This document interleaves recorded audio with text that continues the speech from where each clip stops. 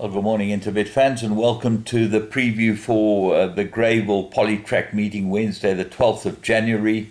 We got an 8-race program, and the first race is off at 12:30 on the Polytrack, as I said. The key to this race meeting is Mike de Kock. He has a team of horses coming down. One's been scratched, but the rest of them all look extremely competitive. And if they produce on the Poly, I would think he'll go home with more than one winner. So let's kick off with race 1, Maiden Plate. And this is a 1400-meter race. And the de Kock team opened with number 2, Fire Lord. Very good last start. Keegan DeMello, the stable rider for Kaya Stables, gets aboard this one. And if there's any improvement, should be able to put this lot to bed. Bristol Bow Fighter, I've been with this horse a few times now, and he's been very unlucky. I didn't think that he has given some particularly good rides on a couple of occasions. Will he go on the Poly? That's the question mark, but he is a competitor in this race, there's no doubt. The other danger's got to be Quizmaster, top of the speed rating, very good form on the Poly. The problem with him is second run after arrest, and that is a big problem. What else do we have here? Duke of Orange, expect improvement from him, the Muscat runner, but drawn wide.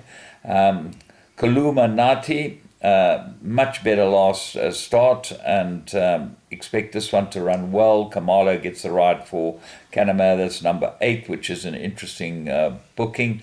DeMello's Canama's stable rider, but he does ride for Kaya Stables, so that's why he probably has to ride number 2.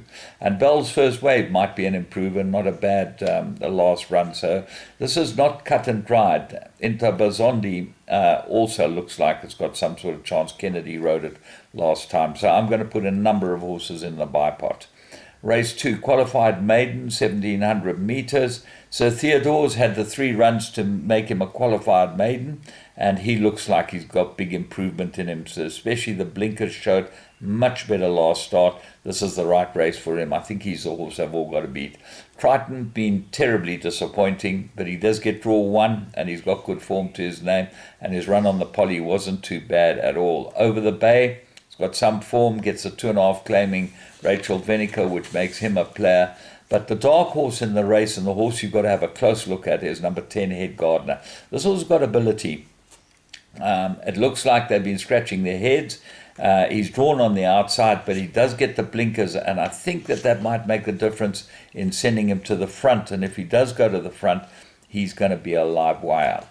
Race 3, Maiden Plate, fillies and mares, and they go exactly 1800 meters. And I think Maria's World looks like a homer. She's in exactly the right race for her, and I expect her to be able to win. The Ideal Worlds go on the Poly, and expect Maria's World to be very hard to beat. So what are the dangers? 6, Lily of Orange. DeMello back aboard this one. Look for a big run from her. She's better than her form shows.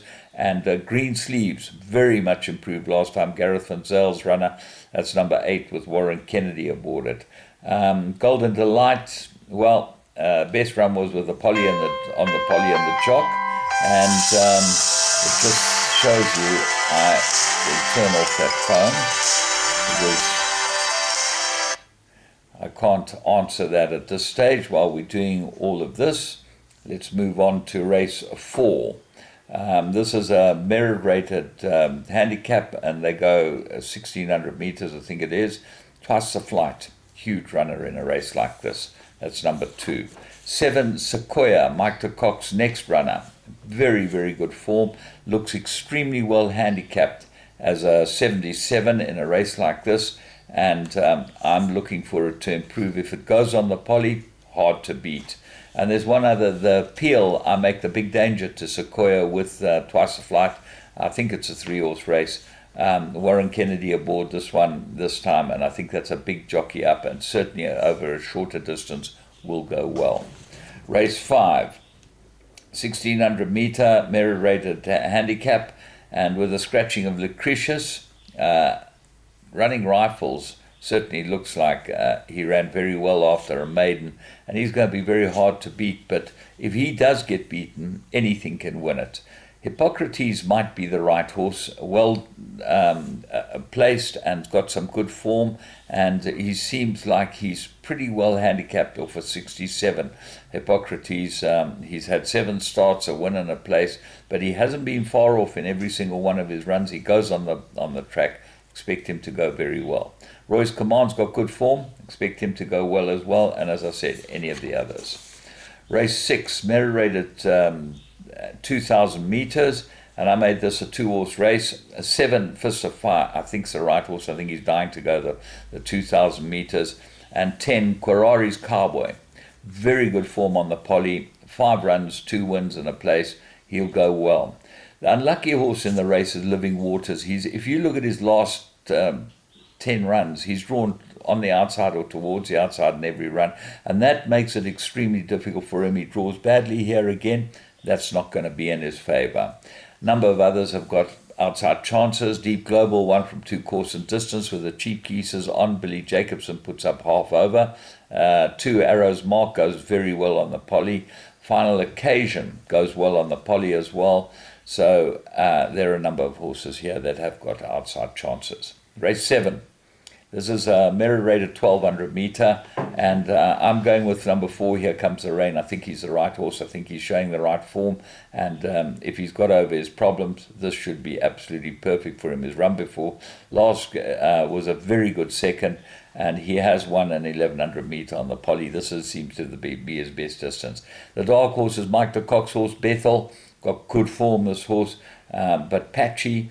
And if he produces his best, I think he's going to be difficult to beat. And he might be the one that really likes the poly of Mike de Kock's horses. Cape Eagle, relatively unexposed, comes into the race with every single chance. Blush of Dawn, 7 runs, 3 wins and a place in the course and distance. And I think Goodwa rides this filly well and this mare well, and she'll go well too. And then Proud Master and Crested Eagle both got outside chances, with Mallorca Palace as always a front runner. Race 8, fillies and mares, 1,200 meters, and I make it the top 3. Royal Kitty, I think, is going to be very hard to beat, and I make her the top choice, and I think she'll go well with Warren Kennedy aboard her. 2, Arctic Princess, course and distance 5, 2 wins, 1 place. Kamalo on a big jockey up. Booking, and remember last time she had a tricky draw. She's come down in the merit ratings quite significantly from a 70 to a 64. That's going to help her. She dropped 2 points for her last run. She'll go well. Casa Rosada, very good course distance jockey form, expected to run well as well, and that looks like the key.